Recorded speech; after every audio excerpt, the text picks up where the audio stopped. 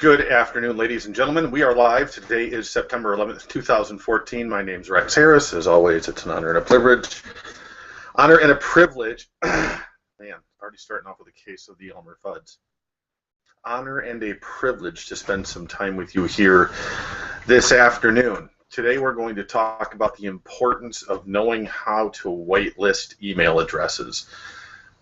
I'll walk through a demonstration of how it works in Gmail. But before we do that, a couple of notes here real quick. We posted inside the Academy and sent to all the members today. We're going to explore doing some t-shirt marketing and advertising, and we've put a request form out there. So if you're a member of the Academy, all you have to do is check your email, and you should see the link for that. If not, we'll make sure it gets posted inside the Academy as well. So let's turn on screen sharing here, and I'm actually going to bring up the notes from this morning because they kind of tie into what we're going to be talking about this afternoon, because it's like we said this morning. You know, we want to get people interested in what we're doing, and the best way to do that is to make it about them. Okay. The challenge in that is that if I'm going to do these things, then I need to make sure that when I'm sending emails, I'm reaching someone's inbox. And let me show you what I'm talking about. Okay, we'll go over here to the inbox for Gmail here for Academy of Home Business. Okay, and you'll notice in Gmail now that for most people, when you click inbox, you've got a primary tab, a social tab. You can see where different people have subscribed to the YouTube channel here, and also what's called a promotions tab and the ability to add additional tabs. Our objective is to reach as many inboxes, the primary tab, as we possibly can. That's what's going to keep us in communication with the people on our list. That being said, whether you may or may not be aware of this, but in recent months, Gmail, Yahoo, Hotmail, AOL have all made changes to how they determine what's going to show up in this inbox. And one of the biggest culprits of non-delivery to an inbox is the words that we use. So if you go to Google and you do a search for words that trigger, you can already see it, spam filters. Okay, I mean, you'll see just lists and lists of these words here that can trigger something to go to spam, or even worse, not get delivered at all. And this list is extensive, and this is only one list on one site on multiple sites across the internet. And as you can see, even common words like the word solution, the word teen, the word wife, all of these words can trigger a spam filter to send you to a junk mail folder. Okay?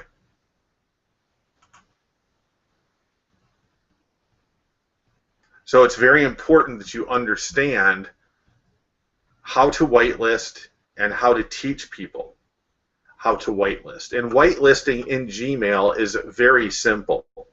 In Gmail, if you just go up here to the settings menu and then click settings and go to filters and click create new filter, right here I can tell Gmail to make sure that any email I'm going to receive from any specific address goes to my inbox. Okay, so let's say I wanted to whitelist my wife's email address here. Okay, I just type the email address in like so. I don't have to do anything other than this. It's just whitelisting an email. I mean, if I want to filter out a bunch of other stuff like bad words and profanity and stuff like that, I can certainly do that. but this is specifically for whitelisting an email address.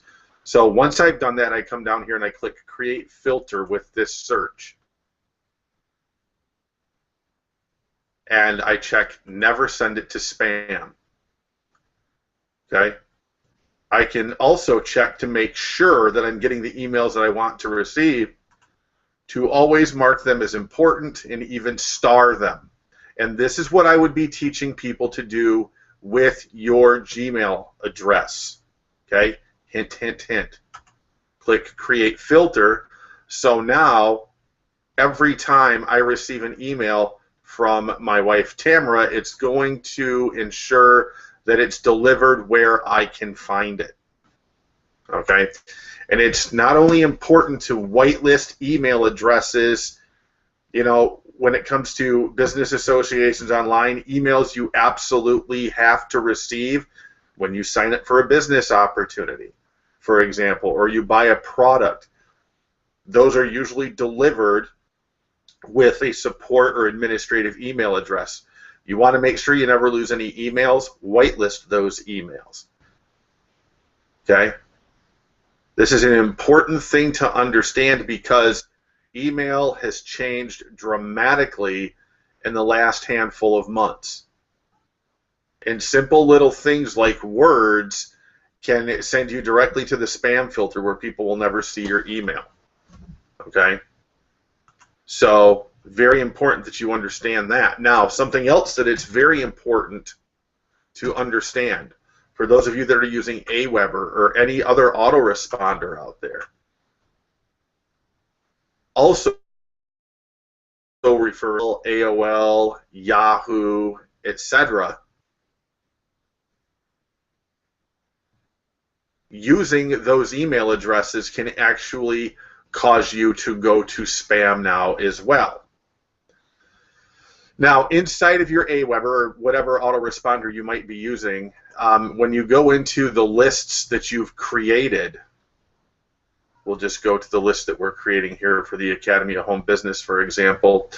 You'll see that instead of using a Gmail address here, I'm using a name-branded, domain-based email address, meaning it's branded to my name, Rex and Rex Harris, and it's an email address, rex@rexharris.net. Okay?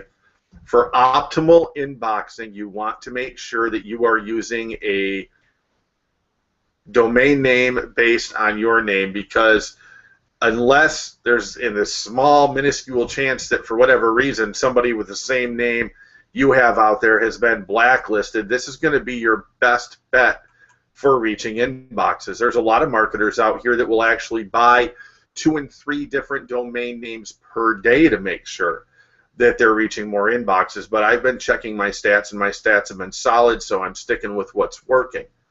Okay, but a lot of people will utilize multiple email addresses, especially when mass mailing. Okay, so yes, it is that important that you understand this.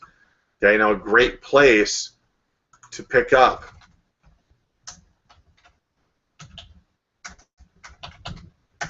domain names and email here is Namecheap.com. Okay, you can also use HostGator.com, GoDaddy, etc. Always make sure before placing an order that you call them first to let them know exactly what it is that you need, so you can get through the process once, learn how it works, and be done with it. Too many people waste countless hours sitting in front of a computer, going through link after link after link, trying to figure out how all of this works. If you know that you need a domain name based on your name with basic email, all you have to do is make a phone call, tell them what you want, and they can get you set up. Okay? Really that simple. Big reason why you want to use your name-based domains as email for contact email, again, goes back to this long list of keywords, because not only do we not want to use these in the body of our emails, we don't want to use these words in our domain name. We don't want to use them in our title. Okay? Nowhere, anywhere within our marketing system do we want to use these words. If you absolutely have to use certain words like, you know, make money and stuff like that, what I do and what's been working for me is just turning them into hashtags in an email, but I don't go crazy with it. I'm not telling you to go through there and send an email with 40 hashtags in it. I'm telling you to, if you absolutely have to use the word free, like for free training, that you turn that into a hashtag, because, you know, you will see that on many of these lists, the word free, okay, especially in all caps, that's a no-go. Okay, that's a no-go. That's going to get you sent to spam, and that's going to cost you leads, which is going to in turn cost you money. Okay, so when it comes to email marketing, it's very important that you play by the rules, because the moment that you step outside of the rules, you're going to find that this is a challenge for you. Now, inside the Academy, if you go to AHB Library, let me see, I believe I put it in here. You go to the email marketing archive. There is, oh, what in the world did I put in that thing? It's huge. Oh, now it's done. Oh, okay, must be, I was just thinking. Okay.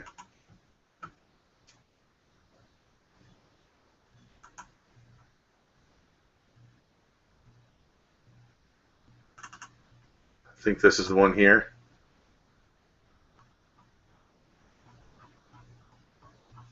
No, that's not it.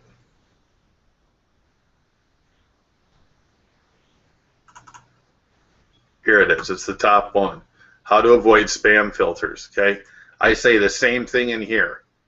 Okay. Have this open as a reference when you're doing your work, so you know not to do these things. That's why we created them. Okay. Because if the internet service, excuse me, the free email providers like Google, Yahoo, AOL, etc., are going to be picky about your engagement back and forth with your audience, then you better make sure that you're playing by the rules, or else you won't get any results at all. And again, in here I've also included a whole nother list of words that will send you to spam. Okay? So those are just a couple of things that you can do to make sure that you're going to be reaching more inboxes. Okay? And Gmail plays a big part in all of this, because Gmail and the combination of Aweber actually have been what's been producing, you know, the results for us. By God's amazing grace, the Academy also reaches inboxes as well. I'm not going to say that we don't hit a spam filter from time to time, because everybody hits a spam filter from time to time, but for the most part, we're reaching a lot of inboxes, which is very important. And you want to be able to reach inboxes, especially those of you that are focused on email marketing. Okay? Now, for those of you that are super ambitious, I would encourage you to create accounts at America Online, because you can get free email there. Create a free Hotmail. All of this based on your name, all for branding purposes. Okay, you'll notice we got Academy of Home Business at gmail.com. Okay, AOL, Outlook, and Yahoo. All right. Create your email as Hotmail when you do this. Same thing for Yahoo. Same thing for AOL. Okay? Because when you are associated with other AOL users, it makes it easier for you to reach inboxes, okay, in your correspondence with other AOL users. Let's say you have some AOL users that subscribe to your list, or maybe join the Academy with you, but for some reason you haven't been able to connect with them. if you utilize your AOL email address, your chances then of engaging with them are going to be even better. Okay, so this is just for people that want to go the extra mile and make sure that they're getting every advantage that they can get when it comes to these email providers. It's also very important, in terms of staying in contact with your team to be able to reach inboxes, because as we demonstrate on pretty much every workshop that we host, that communication with your team is paramount to your success. Because I can guarantee you that for those of you that are here today and are pro members of the Academy and are now collecting phone numbers, that since we've added to the phone, if you're calling every one of those people and staying diligent in getting those people on the phone, your conversion rate's going to probably increase by 35% per month, maybe more, depending on what you're doing. If you're only getting 3 or 4 pro upgrades a month and you start hitting the phones, you're probably going to triple or maybe even quadruple that. That's how important the telephone is.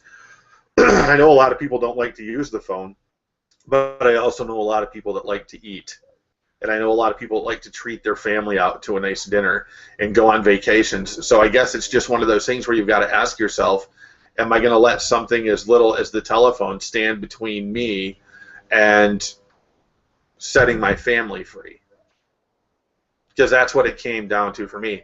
I used to sell Kirby vacuum cleaners door to door. True story.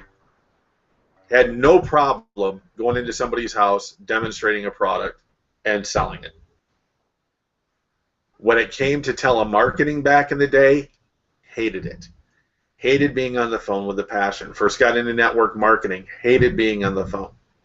But what I started to realize is that if I'm just saying the right things, and I'm always keeping in mind that I make the phone calls about the person I'm speaking to,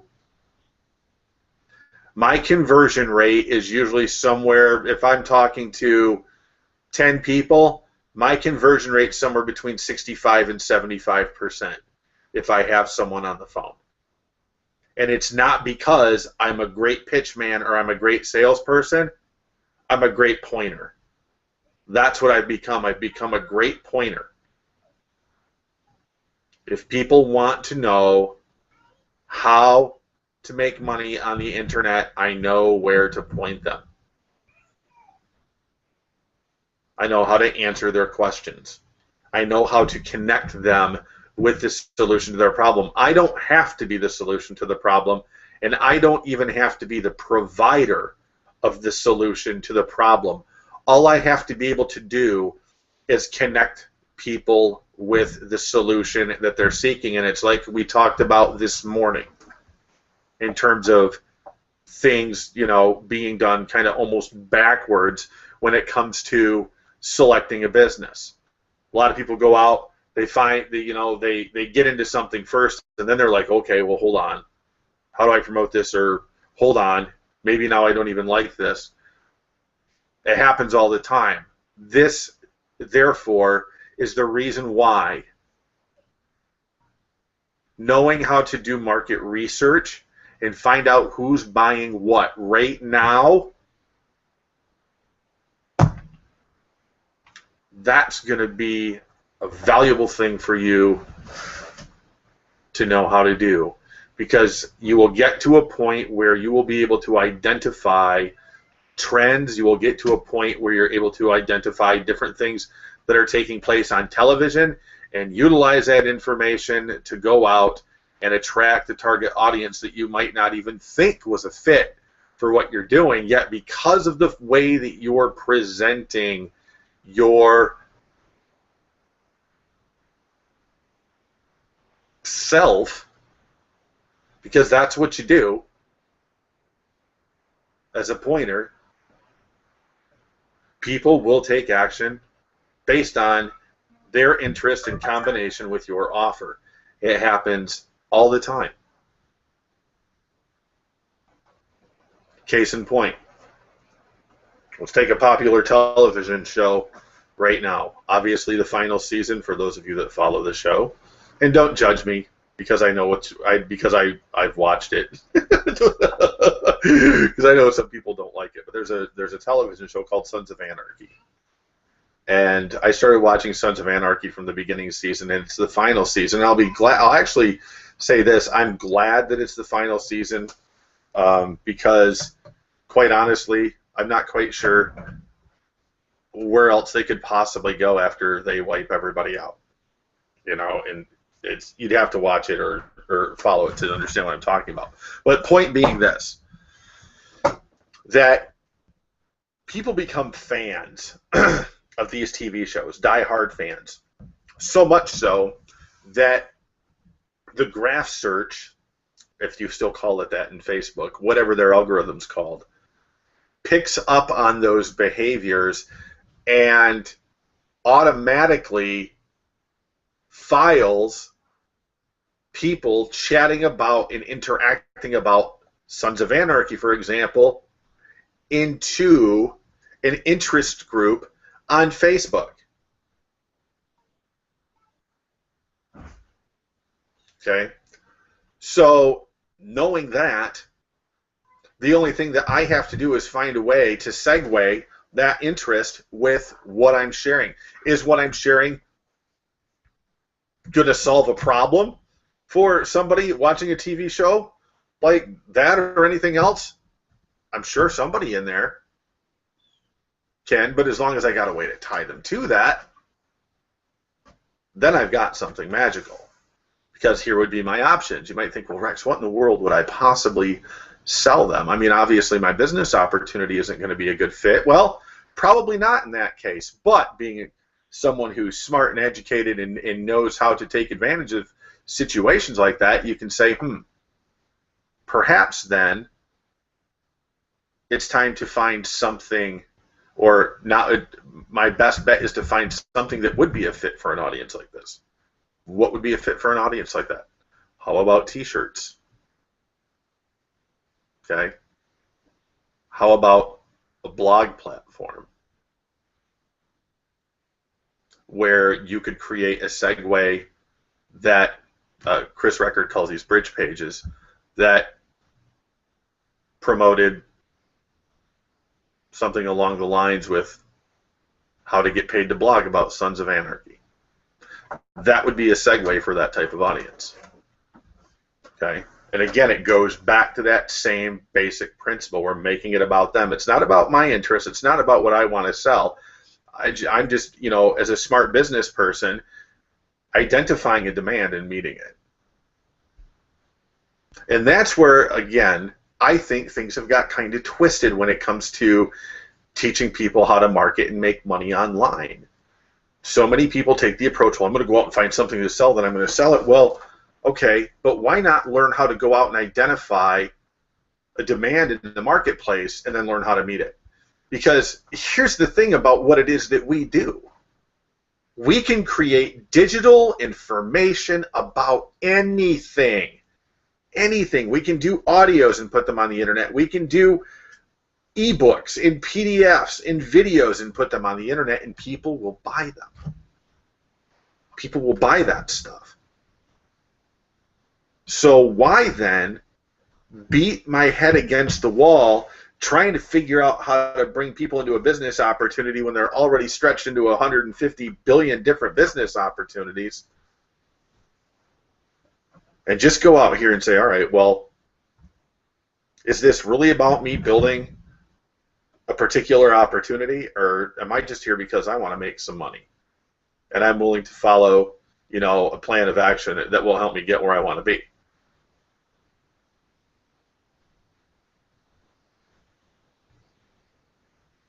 Okay, because then, once you have the mechanics down, understanding the importance of inboxing, understanding, even the basic simple things so you can pass them on to, your team.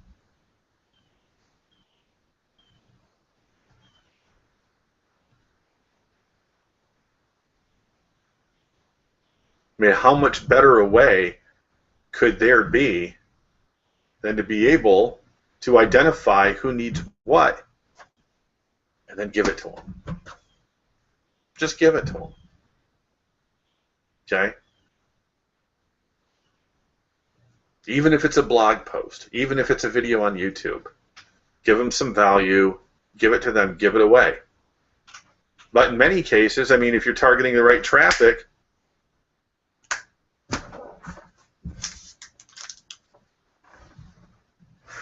I mean, you can go from page to sale, just like I see people do all the time. Okay, and a big part of the reason they're able to do that consistently over and over and over and over again, to tie this all back together, is because of the fact that they know how to reach someone's inbox. And they're smart about their doing it. Every opportunity, every juncture, they remind people to whitelist their email addresses.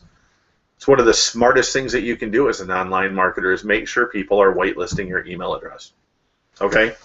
So I hope you guys found this information today useful. Thank you very much for your time this afternoon. Don't forget, tomorrow at noon Eastern Time, we have Michelle Grigsby and Donna Rios with another blogging workshop tomorrow. Same channel right here. I will be there and would encourage all of you to do the same. What these ladies are teaching about collecting email addresses through blogging and the social media is amazing, and what Michelle's going to be teaching in the Academy about Instagram and Facebook and stuff is just, I mean, this is fantastic stuff that's going to be of a huge benefit to all of you. Okay? So take what we said today, and, you know, for those of you that are here and you want to, you know, take your game to a new level, apply that. Make sure that you're whitelisting what you need to whitelist, and make sure that you are having people that you know, your team, etc., whitelist you. Very important. It's going to reach more inboxes, it's going to get you more leads, and it's going to help you generate more signups and sales. All right? Because that's what we're here for.